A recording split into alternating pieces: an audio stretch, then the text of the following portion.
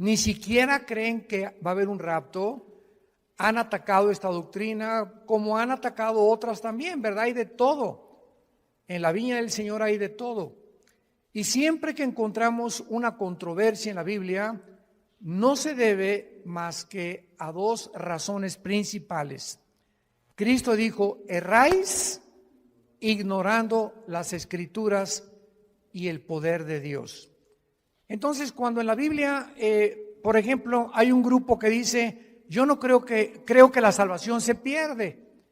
Y cuando me encuentro así, tengo debates en una cadena que se llama Enlace, casi los miércoles cuando me invitan a debatir con pastores en todo el mundo. Están desde Costa Rica, están de Colombia, y yo estoy solo en Dallas, porque ahí está la base de Enlace Internacional. Y pues me dicen, ¿verdad? ¿Qué piensa usted de por qué se pierde la salvación? Y les contesto: ¿ustedes ya han estudiado la otra cara de la moneda?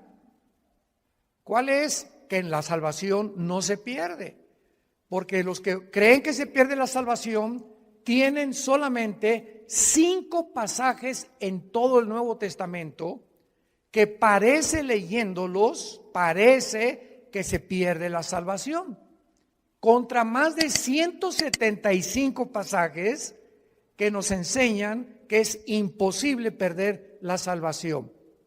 Entonces, cuando tienes en la Biblia una balanza y tienes dos perspectivas o dos doctrinas, es importante buscar cuál tiene más peso teológico y entender por qué las personas que creen eso lo creen, para que tú les puedas mostrar con los versículos que ellos usan para demostrar que esto es así, contradecirles a través del contexto dentro del cual el texto está escrito, porque sacar un texto de contexto es hacer un pretexto. Entonces, las sectas se caracterizan por eso. Tú platicas con un testigo de Jehová, y un testigo de Jehová te va a decir que Cristo no es Dios, que el infierno no existe, y le preguntas: ¿por qué niegas que Cristo no es Dios? Y te contestan: es que Él dijo que nadie sabe estas cosas más que el Padre. Entonces, ¿cómo puede Cristo ser Dios si dijo que Él no sabía ni siquiera el día ni la hora? Sin entender que cuando Cristo bajó al mundo, Filipenses capítulo 2, Él se hizo igual que nosotros, se puso debajo del Padre temporalmente, para que Él no hiciera nada más que lo que el Padre le dijera, y dejarnos el ejemplo de la sumisión a la autoridad. Pero Jesucristo era 100% Dios y era 100% humano. Tú platicas con un mormón y el mormón te va a decir que ¿por qué no podemos tener 4 mujeres, 5 mujeres? Si David tuvo casi 7, 8, Salomón tuvo casi 1000. ¿Y por qué yo no? Dice don Pancho Pistolas. Y tú puedes contestarle claramente, ¿verdad? La dispensación o la administración bajo la cual vivieron. ¿Por qué Cristo, Dios? Porque Dios tiene 2 clases para poder juzgar. Una, la voluntad de Dios, apúntalo, es permisiva y directiva. Entonces, el hecho que Dios permita algo no significa que sea la voluntad de Dios. Una muchacha llegó un día y me dice: ¿es por qué me permitió casarme Dios con este patán de esposo que me golpea, etcétera, etcétera? Si yo le pedí a Dios, y le dije: porque tú aceptaste casarte con él y tú sabías perfectamente bien lo que hacías. Tenías 2 años sin ir a la iglesia cristiana y te casaste con el primer camión que pasó por ti. Entonces Dios lo permitió, pero no era la voluntad de Dios. Porque si tú hubieras permanecido en la voluntad de Dios, Dios te hubiera dado la persona que Él quiere desde antes que naciéramos, que nos acompañara en nuestra vida matrimonial. Entonces tenemos que comprender eso. El que Dios haya permitido que Abraham se aventara el clavado con Sara, con Agar, y que David tuviera esposas, y que Salomón lo dejó como ejemplo para que Salomón escribiera el libro de Eclesiastés. Y ahí Salomón lo explica claramente. A la risa le digo: enloqueces al placer de qué sirve esto. Para que cualquier hombre que crea que teniendo 2 mujeres o 3 mujeres ya la hizo y vas a ser feliz, te equivocas, porque las cosas que se escribieron para nuestra enseñanza se escribieron, a fin que a través del ejemplo de los hombres y mujeres que Dios exhibe con sus pecados en la Biblia, veamos que por eso la Biblia es un libro de santidad. Muy bien, vamos a abordar esta doctrina del rapto de la iglesia. Primera de Tesalonicenses 4, del 13 al 18. Pablo les dice a esta iglesia: no queremos, hermanos, o tampoco queremos que ignoren acerca de los que duermen. Dios no quiere que ningún cristiano ignore qué pasa después de morir. No quiere Dios que nosotros ignoremos qué hay después de la muerte, para que no nos comportemos como la gente que, como no sabe qué hay después de la muerte, como mi abuelita, se murió uno de sus hijos de mi abuela materna y se vistió de negro 8 meses sin salir de su casa para guardar luto. Háganme ustedes el favor. ¿Por qué lo hizo y por qué lo hacían nuestros abuelos o abuelas? Por la ignorancia de saber qué es la muerte y cómo debemos comportarnos delante de la muerte. Entonces así comienza Pablo escribiéndoles a estos hermanos: no quiero que ustedes ignoren acerca de los que duermen. La palabra dormir se usa para morir en el Nuevo Testamento, y vamos a demostrar que una persona cristiana que se muera nunca pierde su conciencia de su existencia. Todas las personas que vamos a ver en la Biblia en esta tarde, vamos a demostrarles que cuando murieron estaban conscientes, pero su cuerpo es el que duerme en la tumba, es la resurrección de los muertos. Pero el alma y el espíritu, en el momento de la muerte, nos vamos inmediatamente, salen del cuerpo, lo vamos a ver, a la presencia de Dios. Si tú mueres sin Cristo en esta noche, o mañana, o dentro de un mes, tu alma y tu cuerpo y tu espíritu se salen y descienden al centro de la tierra, al Sheol. O en el Nuevo Testamento, con la palabra Hades, que son diversos compartimentos. Es como una prisión en el centro de la tierra, donde están esperando millones de espíritus el juicio del gran trono blanco de Apocalipsis 20, del 11 al 15, que es el juicio de los incrédulos. Y cuando acabe el milenio, Dios los va a sacar del Sheol, van a estar enfrente de Él, parados, ya no hay oportunidad de hincarse, ya no hay oportunidad de pedir perdón, y Dios va a abrir los libros y les va a demostrar con los ángeles y con nosotros como jurado. 1 Corintios 6, del 3 al 4, somos el jurado en el juicio de Dios, porque Dios hizo un lugar que se llama el infierno.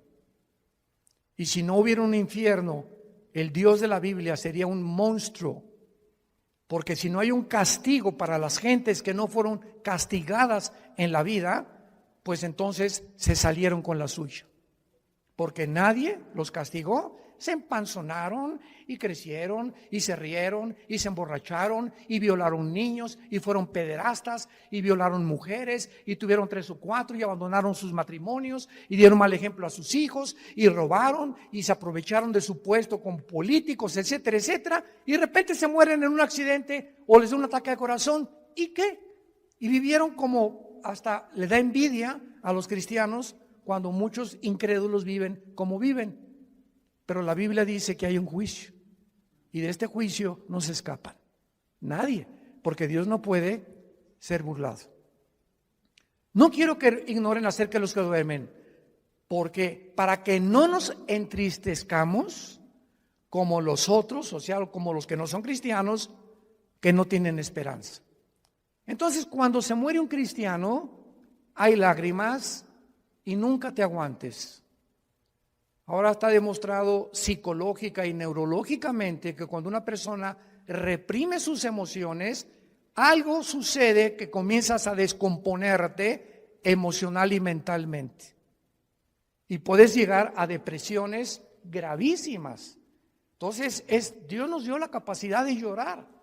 Y si alguien se murió, no te aguantes, llora. Y desahógate todo lo que puedas. No te aguantes cuando tienes ganas de llorar, llora. Pero al mismo tiempo que lloramos, hay una compensación de saber que mi primo, mi hermano, mi papá está en un lugar muchísimo mejor que si se hubiera quedado en Querétaro. Está feliz con el pandero si fue cristiano, etcétera, etcétera. Y hay una tristeza porque es un ser que ya no nos vamos a volver a ver. Como dijo el hermano Luis Palau, hace unos meses que acaba de morir de cáncer, grabó un video que me atravesó el corazón. Y Luis Palau dijo antes de morir, semanas antes de cáncer, yo quisiera que toda mi familia se fueran en el mismo avión conmigo. Así lo dijo, en el mismo avión. Pero yo me voy adelantando y me van a alcanzar después en otro avión ellos. Pero estoy contento porque voy y sé a dónde voy, porque sé que me está esperando Jesucristo. Y el momento que cierre mis ojos y que mi alma salga, me olvido de todo y descanso verdaderamente por toda la eternidad. Entonces, este pensamiento lo trajo Jesucristo, porque tenemos esperanza. Entonces, Dios no quiere que vivas como los que no tienen esperanza, que le lloran a sus muertos 6 meses, 1 año, 2 años de luto. Esto es absurdo y ridículo para un cristiano. Versículo 14, porque si creemos, vean el sí condicional. Si realmente tú crees que Jesús murió y resucitó, así también, vean con mucha atención esto, así también traerá Dios con Jesús a quienes. Cuando Jesús venga en el arrebatamiento, si tú mueres hoy en la noche o yo muero hoy en la noche como cristianos y no ha venido el arrebatamiento, que vamos a hablar más adelante, nos vamos al cielo y cuando venga Jesús, que no va a poner sus pies en la tierra en el rapto, va a ser en el cielo y vamos a venir con Él los que hemos muerto en Cristo, de Pentecostés a nuestros días. Porque los santos del Antiguo Testamento resucitan después de la tribulación. Entonces hay varias resurrecciones, como dice 1 Corintios 15, 22 al 28, que lo vamos a ver más tarde. Entonces, cuando venga Cristo, traerá con Jesús a los que durmieron con Él. Esto implica que los muertos ya están con Jesús, no están en el cementerio.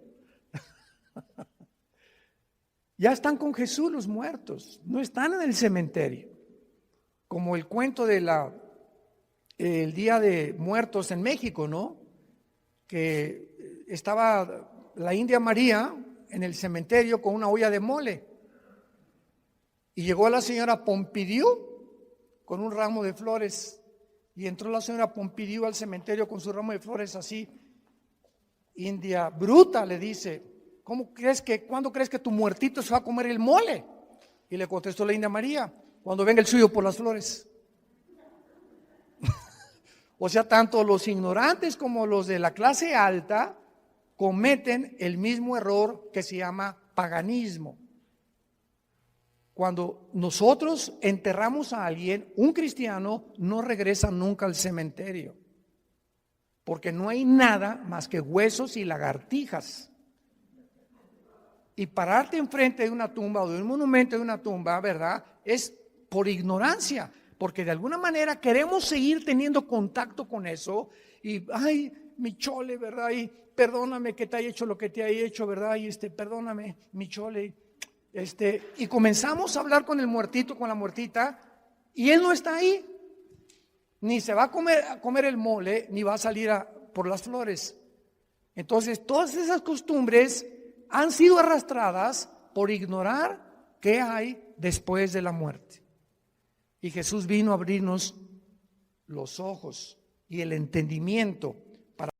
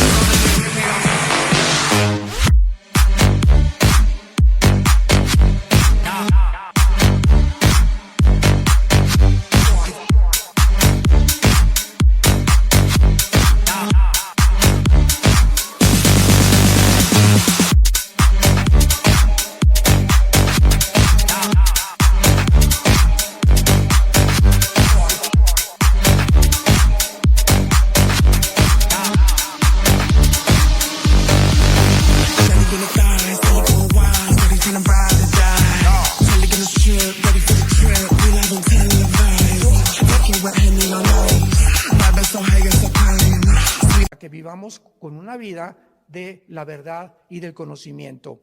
Versículo 15, por lo cual, entramos en materia, os decimos esto en palabra del Señor. O sea, Jesús le reveló a Pablo lo que vamos a leer. Que nosotros que vivimos, que habremos quedado hasta la venida del Señor, no precederemos a los que durmieron, porque el Señor mismo, con voz de mando, con voz de arcángel y con trompeta de Dios, descenderá del cielo, y los muertos en Cristo resucitarán primero. Luego nosotros, los que vivimos, los que hayamos quedado, seremos, apunta la palabra en tu Biblia, arpazo, tal como suena con Z, arpazo, como el arpazo de un tigre o el de un león que hace esto para arrebatar la carne. Y esta palabra se tradujo arrebatados y significa ser sacado o quitado de en medio súbitamente. Por eso se llama rapto, viene del latín raptarus. Entonces, usar arrebatamiento o el rapto de la iglesia son palabras sinónimas, pero se tradujo arrebatados. Y es la palabra arpazo, que se traduce ser quitado. Es cuando alguien rapta a alguien, viene y lo quitan y lo suben a un coche, ¿verdad? Súbitamente de repente y te inmovilizan y te desaparecen. Por eso se llama que seremos raptados. De repente, millones de personas en el mundo van a encontrar la ropa tirada en el suelo. Todos los bebés van a desaparecer del planeta Tierra y los niños menores de edad hijos de los cristianos. Aviones van a chocar porque los pilotos chocaron, porque desaparecieron los pilotos. Los congestionamientos de tráfico en las carreteras van a ser espantosos por tantos choferes que desaparecieron de sus trailers, de sus carros y tuvieron que chocar. Va a haber un congestionamiento impresionante en los medios de comunicación, tratando todos de poder investigar qué sucedió.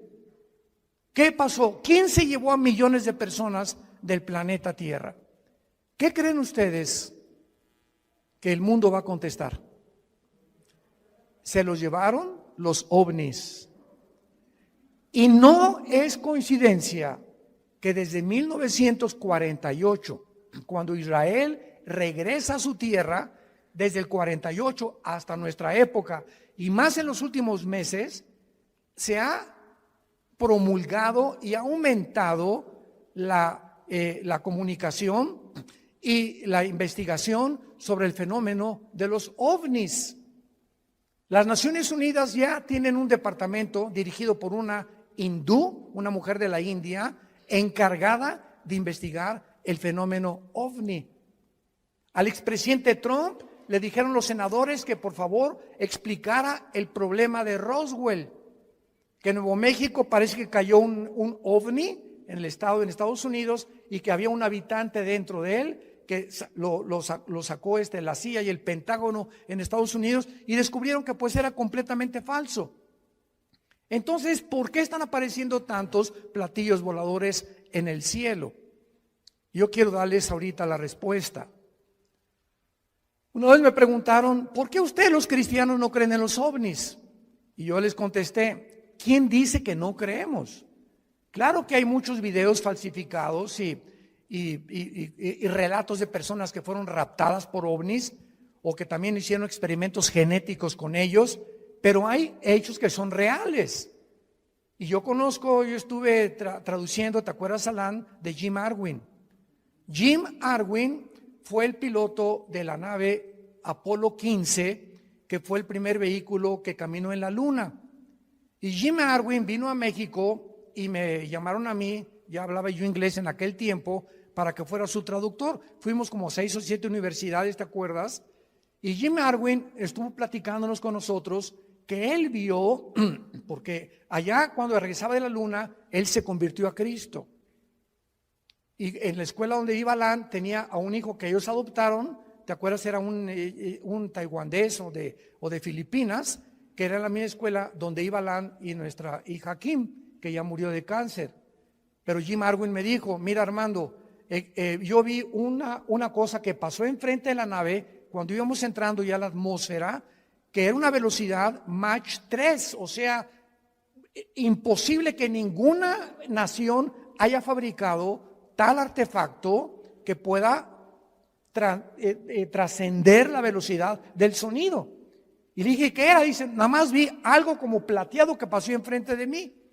Entonces, hay astronautas y hay pilotos de integridad que dicen que se han enfrentado con este fenómeno de los ovnis. ¿Y cuál es la respuesta? La respuesta es que es real. Nada más que los cristianos no les llamamos ovnis, les llamamos ovis. Objetos voladores identificados. Porque no negamos que existen, pero sabemos quién está detrás de ese fenómeno. Son materializaciones de la energía satánica. Satanás está preparando el mundo para que cuando venga el arrebatamiento de la iglesia, sepa el mundo que fuimos sacados del mundo por extraterrestres. Ahorita, en el estado de Colorado, en Estados Unidos, el más grande observatorio de los ovnis, ¿quién creen ustedes que lo financia? El Vaticano. ¿Y saben cómo se llama el observatorio? Lucifer. Lucifer, el más grande observatorio que está tratando de encontrar, porque dijo el Papa Francisco que si llegaban los ovnis, él los iba a evangelizar. Bueno, no nos vamos a perder con eso, ¿verdad?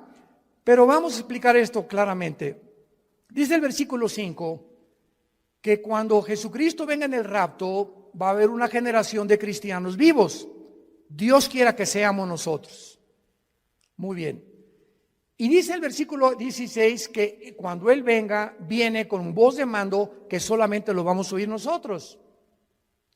Viene con el arcángel Miguel, que es el comandante en jefe de la nación de Israel.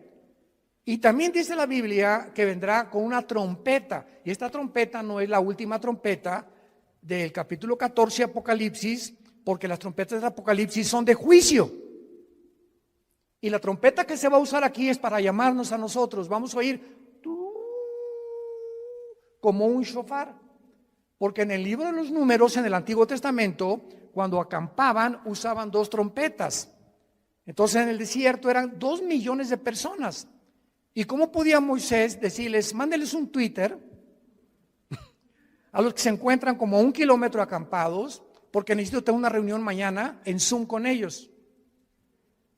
Entonces, agarraba una trompeta y tenía un sonido continuo, y cuando la gente lo oía, se acercaban alrededor del campamento y de la tienda de Moisés y de Josué para saber que él tenía instrucciones, y había otro toque de trompeta que era que era repetido, que significaba empaquen porque nos vamos, estamos cercanos por el enemigo. Entonces, uno era para reunir al pueblo y el otro para huir, porque tenían que cambiarse de lugar, porque sentían que venían enemigos contra ellos. Y el toque de trompeta que vamos a oír es para reunirnos con Jesús. No puede ser la trompeta del Apocalipsis. Esto es muy importante para poder saber, porque he oído que han dicho que es la última trompeta del Apocalipsis, y esas son trompetas de juicio. Entonces dice la Biblia, Cristo descenderá del cielo, versículo 16. Y noten ustedes que los primeros en encontrarse en el aire con Cristo serán los muertos, pero vean ustedes, en Cristo.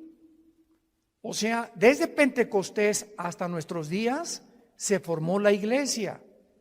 La iglesia no existía en el Antiguo Testamento, no existía en los evangelios. Fue cuando en Pentecostés, bajo el Espíritu Santo, que se formó el cuerpo de Cristo. Y ahora la iglesia somos seres humanos que estamos en Cristo, injertados en Él. Dice Efesios 5, somos parte de sus huesos. y de su carne de Cristo, es el cuerpo místico de Cristo. Entonces, en el rapto, si nosotros estamos vivos y viene ahorita a las 7:30 de la noche y oímos, vamos a oír, ¿verdad? Nada más nosotros, un sonido, y de repente, en un abrir y cerrar de ojos, estamos en el cielo con Él. Ya Él viene con todos tus parientes que murieron antes que nosotros en Él. Los santos del Antiguo Testamento resucitan después de la tribulación. Y este orden, porque dice en 1 Corintios 15, 22 al 28, que hay un orden establecido por Dios para la resurrección de los muertos. Primero Cristo las primicias, después los que son en Él. O sea, la iglesia que somos nosotros. Y dice la Biblia, luego nosotros los que vivimos, los que quedemos, seremos arrebatados juntamente con ellos en el aire. El rapto es en el aire, Jesús no baja. La segunda venida baja y planta sus pies en el monte de los olivos. Zacarías capítulo 14, del 12 en adelante. Cristo pone sus pies en el monte de los olivos donde fue crucificado. Y dice Zacarías 14, se va a hacer un valle de sur a norte y de oriente a occidente. Se va a hacer una cruz en el suelo. Va a ser como una hendidura que se va a hundir la tierra formando una cruz cuando Cristo venga y viene con nosotros, Apocalipsis 19, a establecer su reino. Son dos eventos completamente diferentes. Veamos el otro pasaje en 1 Corintios, capítulo 15, versículos 51 al 53. Pablo comienza diciendo, les digo un misterio. El rapto de la iglesia, síganme con mucho cuidado, era desconocido por los judíos. Ningún profeta del Antiguo Testamento habló del rapto de la iglesia, que habría un grupo de personas que no íbamos a morir. Era desconocido bajo el Antiguo Testamento. En los evangelios no se encuentra, en Mateo, Marcos, Lucas y Juan, no se encuentra el rapto. Más que cuando Jesús dice en Juan 14, voy a preparar una morada para ustedes y vendré y os tomaré a mí mismo. De una forma indirecta, la palabra os tomaré a mí mismo, que es en el griego paralambano, apúntalo, paralambano significa ser sacado y unido a Cristo. Y al apóstol Pablo, no a Juan, no a Pedro, no a Santiago, no a Mateo, no a Lucas, a nadie el Espíritu Santo le reveló este misterio. Entonces estaba escondido, era un secreto que Dios tenía guardado para nosotros, los que pertenecemos a la iglesia. Y se lo revela al apóstol Pablo. Les voy a decir un misterio, dice Pablo. ¿Cuál es este misterio? Que no todos vamos a morir, pero todos vamos a ser transformados. Cuando venga el arrebatamiento estamos vivos en milésimas en un parpadeo de ojos. Mi cuerpo, tu cuerpo es transformado a la semejanza del cuerpo con el cual Cristo resucitó. Porque si me preguntan, ¿cómo va a ser nuestro cuerpo? ¿Me voy a parecer a John Travolta? ¿Me parecería a Madonna cuando resucite? Y tenemos curiosidad de cómo va a ser nuestro cuerpo, ¿verdad? Lo vamos a ver ahorita con mucho detalle, porque la Biblia nos dice cómo va a ser nuestro cuerpo. Entonces, este misterio es que habría una generación de cristianos que no vamos a saber lo que es morir. No vamos a atravesar el túnel que atraviesan, como decía David le llamó el camino de todos los hombres. Pablo le dice abandonar este cuerpo. Entonces, este misterio fue revelado al apóstol Pablo y dice el versículo 52 explicándonos cómo va a suceder. En un momento, en un abrir y cerrar de ojos. A la final trompeta, porque se tocará la trompeta y los muertos serán resucitados incorruptible y nosotros transformados. Porque es necesario que esto corruptible se vista de incorrupción y esto mortal se vista de inmortalidad. Muy bien. Ahora vamos a demostrar a continuación claramente en la Biblia que lo que enseñan los testigos de Jehová y los mormones es una grande equivocación, que los muertos están dormidos y que no hay conciencia después de la muerte hasta la resurrección. Vayamos primero a Génesis capítulo 35 en el Antiguo Testamento. Esto es maravilloso. La Biblia es preciosa. No hay nada perverso en ella. Todas ellas, las palabras de Dios, son rectas al que entiende y razonables a los que han alcanzado la sabiduría. Dice Proverbios 8 del 4 al 8. Vean ustedes Génesis 35 versículo 18. Pon una lupa o un microscopio para lo que vamos a leer. Aconteció que al salírsele, apúntalo, Nepesh. Nepesh con SH al final. Es la palabra hebrea para alma. Al salírsele el Nepesh o el alma murió. Desgraciadamente hay una traducción de la Biblia que se llama la Nueva Versión Internacional. Yo no se la recomiendo a nadie. Y si tú lees este versículo en esta versión de la Biblia, dice, aconteció que suspiró. ¿Y qué es un suspiro? O sea, no explica nada, ¿no? Porque no nos revela la parte que forma el cuerpo humano, que es el alma. Vamos a ver cuál es la otra parte del cuerpo humano. Y cuando dice la Biblia, Nepesh, si lo quieres apuntar, el alma es el centro de la mente, las emociones, la voluntad y los sentimientos. Eso es el alma. Y que en otras partes del Antiguo Testamento se traduce como el corazón.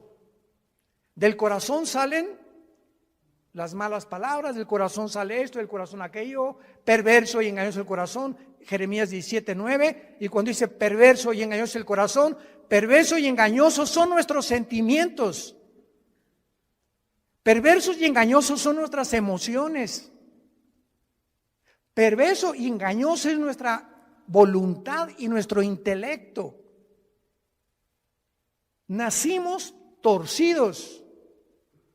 Qué peligroso es que confiemos en nuestros sentimientos y en nuestras emociones cuando no están bajo el control del Espíritu Santo. Ay, hermano, me voy a casar. Sí, qué bueno que te vas a casar, Conchita. Es que está re guapo, se parece a Rambo. ¿Y te vas a casar por el físico? Bueno, voy a casar porque que te linda y está muy bonita. ¿Y te vas a casar por el físico o realmente ya tienes un tiempo conociendo el corazón de esa persona, su carácter, cómo reacciona a diferentes cosas, caminar con Cristo? Porque el matrimonio es para dos discípulos. El matrimonio es para dos discípulos de Jesús. Porque si te casas y eres cristiano con una que no es cristiana o con uno que no es cristiano, ¿qué va a pasar? Es como atar en el arado, en el campo, a un buey con un burro. Entonces el buey jala para acá y el burro jala para allá. Para arar el arado se necesitan dos bueyes. No estoy diciendo que seas buey. Y son palabras bíblicas, ¿eh? Entonces, por eso están unidos para arar con un yugo los dos, y el yugo del matrimonio es Cristo. Entonces, si los dos no están y Cristo no está en medio, cordón de tres dobleces es difícil de romperse, dice Eclesiastés capítulo 4. Por eso es tan importante entender que el matrimonio es para discípulos. Aconteció que al salírsele el alma, murió. Al morir, ¿qué se sale de nosotros? se sale el alma. Ahora el versículo 29 del mismo capítulo. Y exhaló Isaac el Roach. Así como suena, se pronuncia la CH en hebreo como J, Ruach. Se le salió y se traduce espíritu. Y el espíritu es la parte inmaterial a través de la cual conocemos, adoramos y servimos a Dios. Adoramos en espíritu, servimos en espíritu y seguimos en espíritu al Creador. Y hasta que el espíritu entra a nuestra vida y renace y resucita el espíritu muerto con el cual nacemos, no podemos servir a Dios. Y hay cristianos que sirven a Dios sin el espíritu. ¿Sabían eso? Sirven a Dios en la carne. Predican, enseñan, hacen, pero la motivación por lo cual hacen todo lo que hacen no es para Él. Es o para ser vistos, o para ser recompensados, o por muchas otras intenciones. Y lo encuentran en Apocalipsis 2, del 1 al 4, con la iglesia de Éfeso. ¿Se acuerdan de esta iglesia? Que le dice Cristo: yo conozco tus obras, has tenido paciencia, has probado los que son apóstoles y son mentirosos, has tenido esto y el otro, y en ese momento, Señor, gracias. Hasta que me reconoce, Señor. Con cualquiera de estas cosas que Cristo está alabando se sentiría uno orgulloso, ¿verdad? Pero dice Cristo, pero, hay un pero, ¿cuál es, Señor, el pero? Que tengo contra ti que has perdido tu primer amor. O sea, todas estas cosas que Cristo alabó son buenas, pero lo estaban haciendo sin amor a Él. La carne es bien consagrada. Se llama la religiosidad. Y son de esos hermanos que, ¿y por qué el hermano se tatuó? ¿Y por qué trae el pelo largo? ¿Y por qué trae ese vestido tan caro, la hermana? ¿Y por qué el otro parece china poblana? ¿Y por qué esto y por qué el otro? ¿Y por qué se ponen aretes? ¿Y por qué celebran la Navidad? Dios mío, santo, no sé a qué virgen invocar. Que no hay ninguna, ¿verdad? Pero Jesús, María y José y el burrito que los acompaña. Es increíble que estén continuamente tratando de ver que el cristianismo es a través de cómo te vistes, de si estás tatuado. Una vez me dijo un señor, ¿ya viste ese hermano que está tatuado? Y le dije, es peor la panza de Santa Claus que tienes tú. Se pintó algo en el cuerpo, ¿y quién está haciendo más daño a su cuerpo? ¿Él o tú? Y peor si tomas Coca-Cola. Entonces, cuando apuntamos a alguien, 3 dedos nos apuntan a nosotros, nos damos cuenta. Tengamos cuidado a quién juzgamos y a quién le señalamos el dedo, porque estamos buscando siempre que creemos que somos mejores que otros por la forma como nos comportamos, y a Dios se le adora en espíritu y en verdad. Es que en la Navidad es paganismo y ¿sabe? Cállese. Mi esposa le pone el árbol de Navidad más lindo que hay con esferas y estamos en Navidad. Jingle bells, noche de paz, contentos, alegres. Pero hoy, hermanos, no pusieron árbol, no pusieron nada y con sujeta.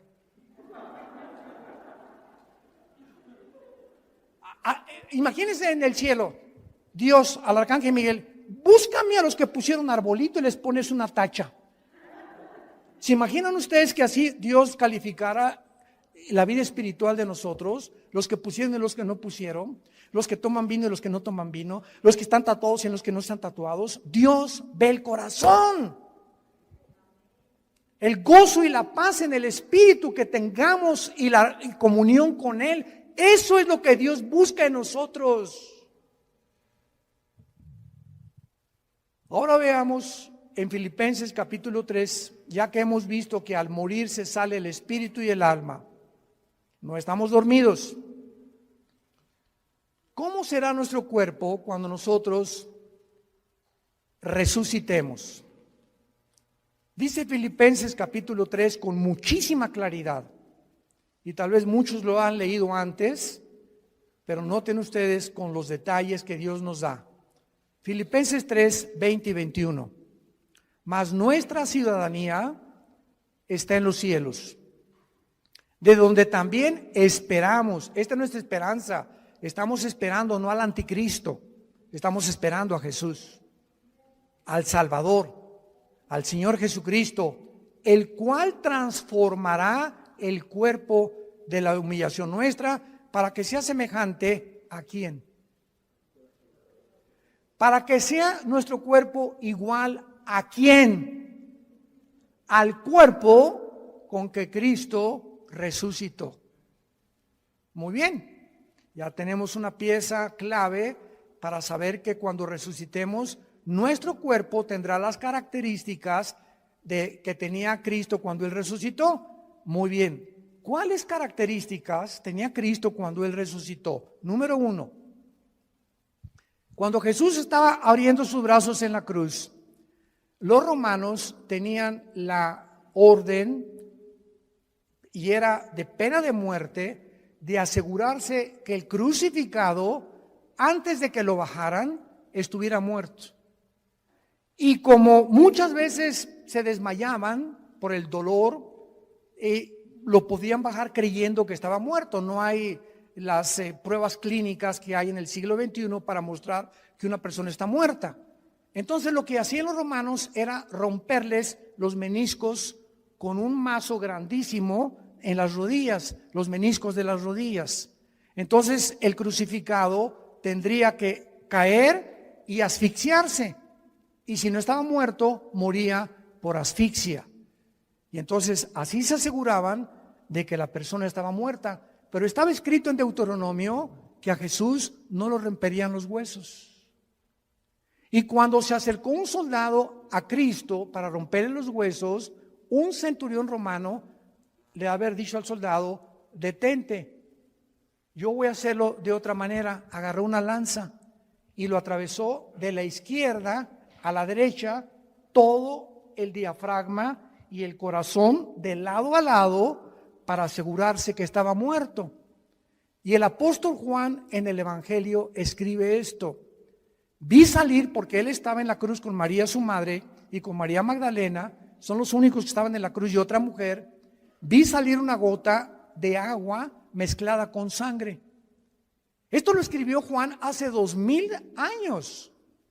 Y la cardiología moderna, un cardiólogo te da testimonio y te da evidencia que cuando se mezcla el agua con la sangre, implica la rotura del pericardio. ¿Qué es el pericardio? Es una capa que envuelve el corazón, y cuando se rompe produce un derramamiento de agua mezclada con sangre, lo que implica que cuando Jesús fue atravesado con la lanza, ya estaba muerto. Y ahora quiero hacerles una pregunta a todos ustedes, que me encanta hacérselas, sobre todo a los teólogos, aquí a los calvinistas y a los arminianos, y yo que aquí, que se me diga, a ver. ¿De qué murió Cristo?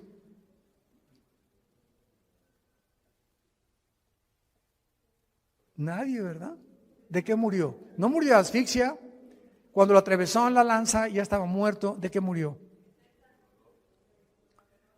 El Salmo 22, ya lo contestaron. Ya ha visto uno de mis videos.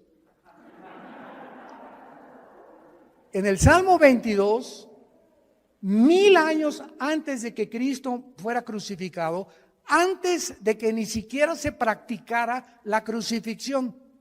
Increíble. David escribe: Dios mío, ¿por qué me has desamparado? Comienza David a escribir 1000 años antes lo que Jesús pronunció en la cruz, y lo que Jesús desde la cruz, como si David se hubiera adelantado al futuro, se hubiera metido en la cruz de Cristo y él estuviera viendo lo que Cristo vio desde la cruz. Esto es impresionante. Y más adelante David escribe: horadaron mis manos y mis pies, y mi corazón fue como la cera. Cristo murió en el momento que tus pecados y mis pecados fueron puestos sobre su cuerpo, rompieron su corazón. Murió de dolor moral. No soportó llevar en la cruz nuestros pecados, y fueron nuestros pecados los que produjeron su muerte. Y 700 años antes de que él muriera, el profeta Isaías, capítulo 53, escribió: despreciado y desechado entre los hombres, varón de dolores, escondimos del el rostro, fue menospreciado, no le estimamos, molido fue por nuestros pecados y completamente deshecho por todo lo que nosotros hicimos. Qué increíble que Isaías haya escrito eso, que fue el pecado lo que mató a Jesucristo, y que el Padre haya permitido que su Hijo fuera crucificado, maltratado, despedazado. Cristo en la cruz, dice Isaías 52, los últimos dos versículos antes de entrar al 53, que no había parecer en él. Cristo en la cruz era un guiñapo humano.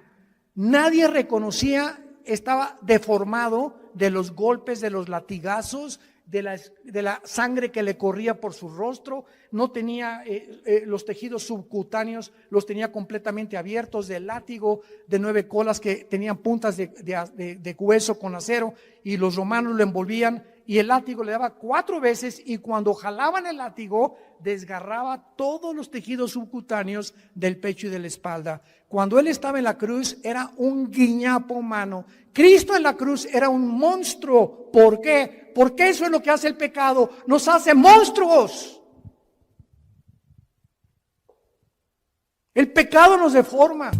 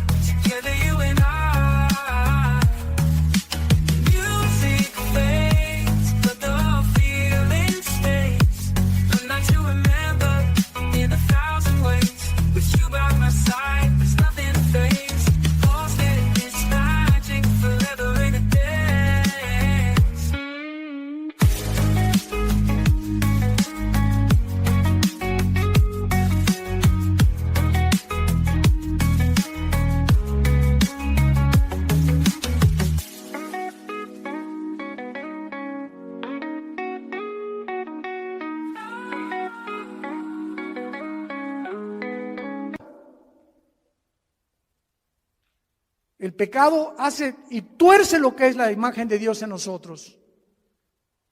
Y el cristiano tiene que proyectar la santidad. El cristiano tiene que proyectar el gozo, la paz del Señor. Y tú lo puedes ver en amigos tuyos o en personas que no son cristianas. Ve la mirada que tienen. Será. La lámpara de nuestro cuerpo son los ojos, pero Cristo muere de esa manera para que Dios nos recordara el tiempo en que nosotros tenemos que estar conscientes de lo que el pecado nos hace en nuestra vida. Y vayamos en penúltimo lugar, Apocalipsis capítulo 6.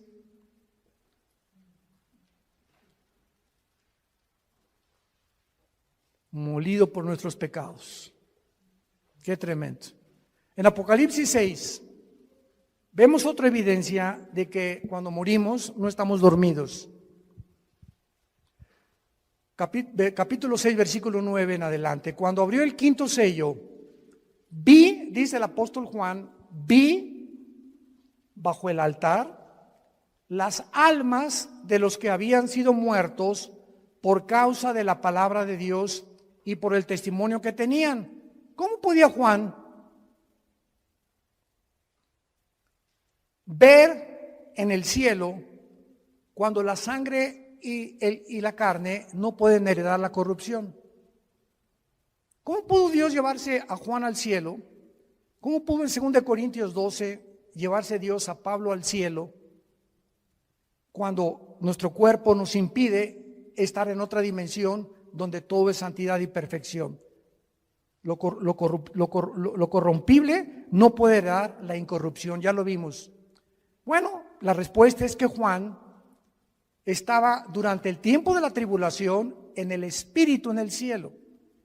Y esto nos muestra que aparte de los ojos físicos que tenemos, porque cuando alguien está muerto, vienen los gusanos y nos comen el cerebro, ¿verdad? Nos comen los ojos en la tumba, nos comen las orejas y queda el puro esqueleto ahí tirado en el cementerio. Sin embargo, en la otra vida tenemos ojos, tenemos oídos y tenemos otro cuerpo. Y los ojos que vamos a tener en la otra vida, ya los tenemos en esta vida y se llaman los ojos espirituales, que estamos entrenando para ver la Biblia.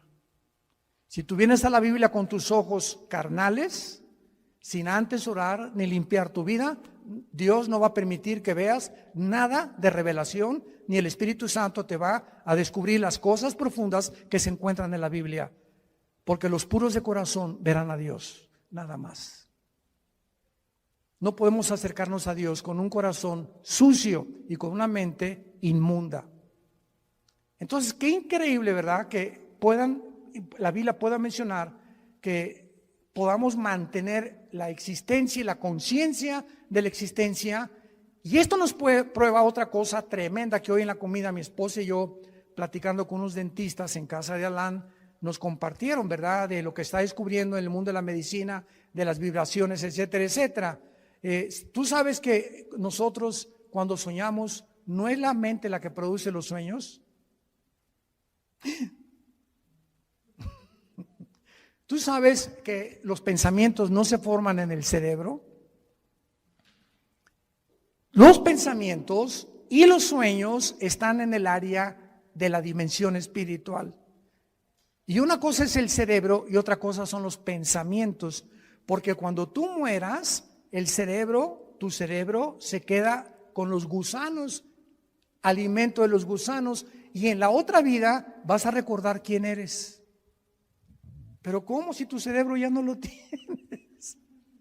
Ya se lo comieron los gusanos. Esto nos demuestra claramente que la conciencia no está en el cerebro, los pensamientos no están en el cerebro. El cerebro no es un órgano como el hígado que produce la bilis y los intestinos, los jugos gástricos, etcétera, etcétera. Pero el cerebro es solamente un órgano, pero no forma parte de la vida espiritual. Y cuando la Biblia dice renovaos en vuestra mente, no dice en el griego en el cerebro, dice en vuestra mente, y la mente es el alma. ¿Están aprendiendo algo? Juan está en el cielo y ve las almas de los muertos. No estaban dormidos. Y Juan, versículo 10, los oye que los muertos tenían cuerdas vocales en la otra vida. Las que tenemos aquí, los gusanos se las comieron. Y en la otra vida Juan oye que clamaban a gran voz, oyó que estaban junto a Dios y le estaban preguntando a Dios: ¿hasta cuándo, Señor, santo y verdadero, no juzgas y vengas nuestra sangre en los que moran en la tierra? ¿Qué fue lo que Juan oyó que estaban diciendo estos muertos en el cielo? Que estaban muertos en su cuerpo, pero conscientes de existencia en la otra vida, espiritualmente hablando. ¿Estaban pidiendo venganza? ¿Estaban pidiendo justicia? Ahora, fíjense qué importante es esto. En el cielo, los que están ahorita en el cielo están conscientes de muchas cosas que pasan en la tierra, como nos los demuestra este versículo, porque más adelante se les dice que se esperen hasta que mueran los demás que el anticristo va a matar. Y estos muertos que están en el cielo están conscientes que la justicia no se ha hecho y están gritando a Dios: ¿hasta cuándo? Y es el grito de nosotros en el siglo XXI: Señor, ¿cuándo vas a acabar? con tanta violencia, con tantos pederastas, con tantos políticos corruptos, con tanto robo, con tanto asalto, con tanta violación, con tantos violadores de niños. Señor, ¿cuándo va a acabar todo esto? Con tanta enfermedad, con tanto cáncer, con tantos virus. Estamos aquí en la tierra gritándole a Dios, ¿hasta cuándo? Y Dios quiere que nosotros oremos y le digamos a Dios esta oración. Por eso Dios nos las dejó, porque cuando oye Dios el clamor de nosotros, escúchenme esto con mucho cuidado, cuando Dios oye el clamor de nosotros, Dios puede adelantar la venida de Jesús. Y para terminar, lo voy a demostrar en Apocalipsis 8. Cuando abrió el séptimo sello, se hizo silencio en el cielo como por media hora. Esto es impresionante. Y vi a los 7 ángeles que estaban en pie ante Dios y se les dieron 7 trompetas.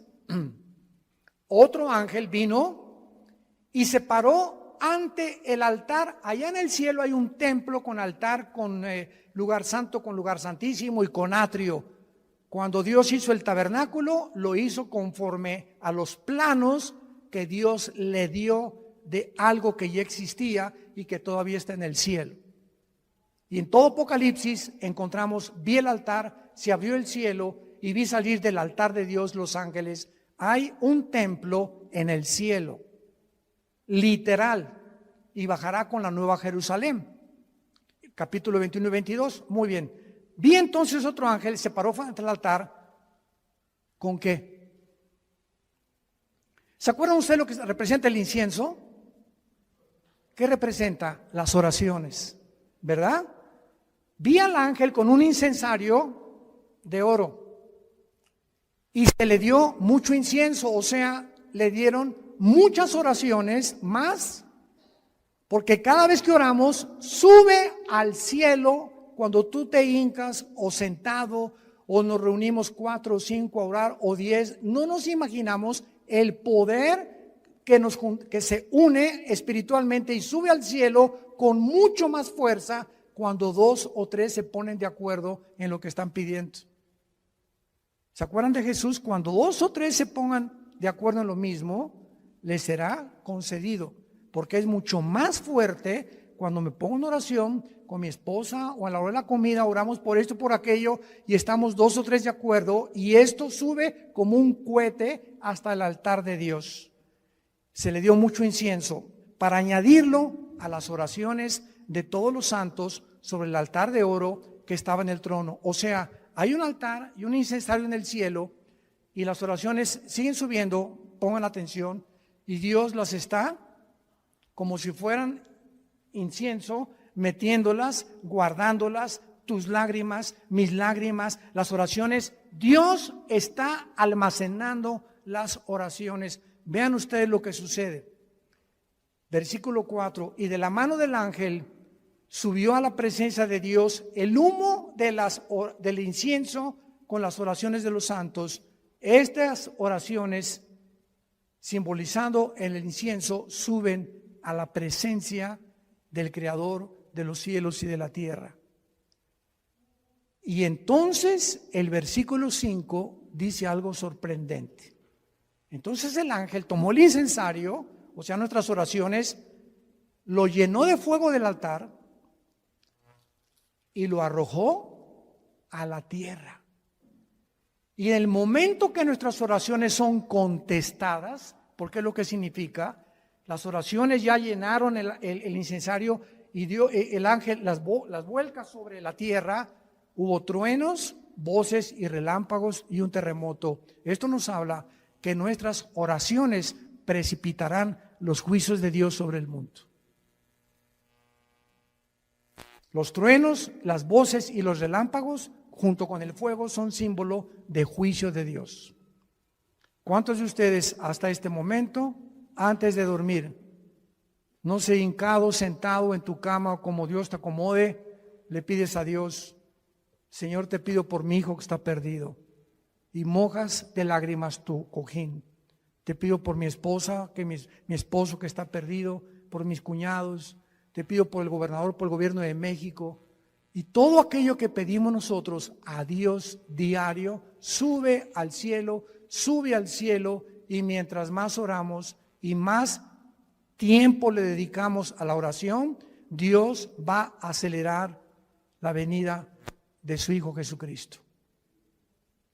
Y muchas veces la negligencia y la apostasía de los cristianos, no te puedo preguntar cuántas minutos, horas diarios, pero si tú no oras diario 10, 15, 20 minutos diario, yo no sé qué clase de vida cristiana tienes. No tenéis porque no pedís. Y muchos de ustedes viven una vida sin paz, sin propósito, sin dirección, sin bendiciones de Dios, ni han visto la mano de Dios en sus vidas, en su matrimonio.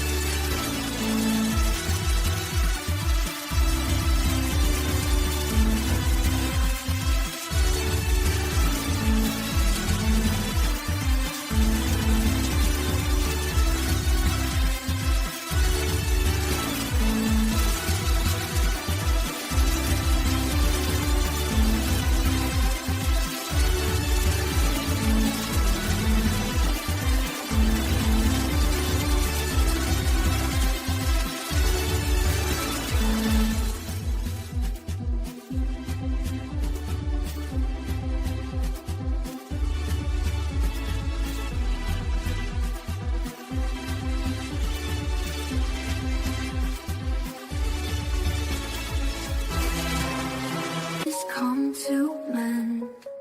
In the silence we transcend. Every story etched in stars leads us back to where we are. Whispers, shadows, truths unknown. In this night we're not alone. Every heartbeat, every sigh tells a tale beneath the sky. Stars and shadows blend as one. Moonlight guides the light is done. Hearts entwined and shadows cast. In this moment ever rise. Oh, darkness falls and morning breaks. The connection that the starlight makes will guide us on wherever we roam. Forever carried, never alone.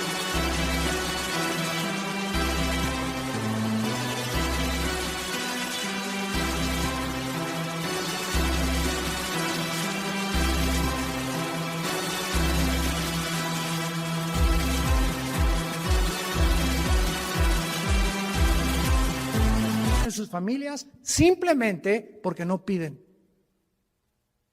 Y cuando oran, Jesucito mío, mi dulce compañía, no me desampares ni de noche ni de día. Agarra un perico y grábale una grabadora mejor, o cuando oran, y te pido por estos alimentos y por los que no lo tienen, que se los des. ¿Qué clase de oración es eso, por el amor de Dios? Ni los pericos oran así. Te pido que les des alimento a los que no se leen. Oye, pobre Dios, sin falta de misericordia, dales alimento a los que no lo tienen. ¿Y tú crees que te va a contestar Dios? A ver, Miguel, búscate a todos los pobres de África y mándales un sándwich. Oramos tantas vaciedades. Espíritu Santo, baja, baja, como dice la canción. ¿Cómo que baja? ¿Los tienes dentro de ti? Señor, dame más y más de ti. No, no te voy a dar más de ti, yo quiero más de ti. Dame más de ti, como dice la canción, dame, dame. Y Dios nos está diciendo lo contrario, tú dame más de ti. Yo ya te di a mi Hijo, ya te di a mi Espíritu Santo, ya te di la Biblia. O también nos juntamos a orar y comienzan a orar, Padre, y yo una hermana, sí, Padre, en el nombre de Jesús, y la otra hermana, amén, gloria a Dios, a su Altísimo, y de repente ya no saben de qué están orando, porque todos van comenzando y todo es un relajo, es el Circo Soleil de la oración. Cuando nos juntemos a orar, cállate la boca y uno dirige la oración para que nos pongamos de acuerdo en lo que está orando, y no todos, sí, Señor, amén, Señor, ¿a qué le estás diciendo amén, cabeza de bolillo? Tenemos que aprender a orar. Yo he ido a iglesias donde ya, O sea, qué increíble que no sepamos como cristianos que hay un orden en todas las cosas. Dios es un Dios de orden. Y cuando nos ponemos de acuerdo en cosas, Padre, te pedimos por el gobierno, te pidió por aquello, etcétera, etcétera, la oración cambia las cosas. Y si tú en esta noche tienes a Jesucristo como tu Señor y como tu Salvador, y tú saliendo ahorita mueres un balazo, no sé lo que pueda pasar, un choque, o mañana no amaneces, tú mueres en paz y vas a ir al cielo directamente en el instante, en los segundos en que tú te separes de tu cuerpo de este mundo. Hoy, antes de acostarte, yo te pido que te asegures que tienes a Jesús como tu Salvador. Oremos. Señor, te damos gracias por tu palabra. A causa de la esperanza que nos está guardando en el cielo y porque nos has hecho partícipes de la herencia de los santos en luz, nos has trasladado de las tinieblas al reino admirable de Jesucristo. Bendito sea el Dios y Padre de Jesucristo nuestro Señor, que nos hizo renacer para una esperanza viva por medio de la resurrección de Jesucristo, que fue crucificado, enterrado y resucitado a los 3 días, para una herencia incorruptible, inmarcesible, reservada para nosotros en los cielos, que somos guardados mientras tanto aquí en la tierra por tu poder, Señor, mediante la fe, habiendo huido de las concupiscencias, de las pasiones desordenadas, de los síntomas sociales que nos indican que vienes pronto por nosotros, de la descomposición moral de la sociedad en la que estamos viviendo. Ustedes sean santos en toda su manera de vivir, porque si invocan mi Padre o mi nombre, que soy santo ante todas las cosas, dice el Señor, andad con temor durante todos los días de vuestra peregrinación, sabiendo que fuimos rescatados con la sangre de Cristo, sin contaminación, no con oro ni con plata, sino con la vida del Hijo de Dios. En esta noche y en esta tarde, ustedes a través de las redes sociales, yo les invito a que vengan a la cruz. No te invito a una religión, te invito a una cruz, al centro del universo, donde Dios estaba en Cristo reconciliando nuestros pecados. El que no conoció pecado por nosotros se hizo pecado, para que nosotros fuéramos hechos la justicia de Dios en Él.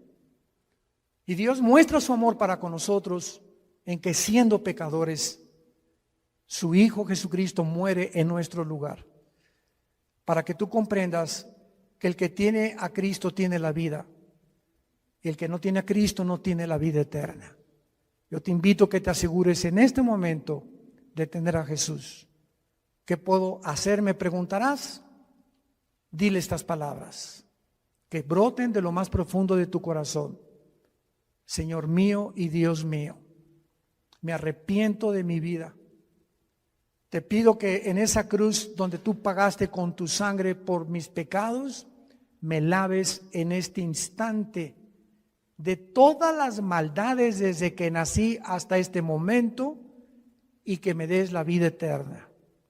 Te recibo, Jesús, porque creo que a los 3 días resucitaste de los muertos y que solamente tú puedes cambiar mi vida y darme la seguridad que cuando cierre mis ojos en el día de mi muerte, los volveré a abrir en segundos y veré tu rostro. Te abrazaré y sabré que no fue en vano haber creído y haberte servido y haberte adorado en la corta vida que me diste. En el nombre de Jesús. Amén. Gracias a Dios.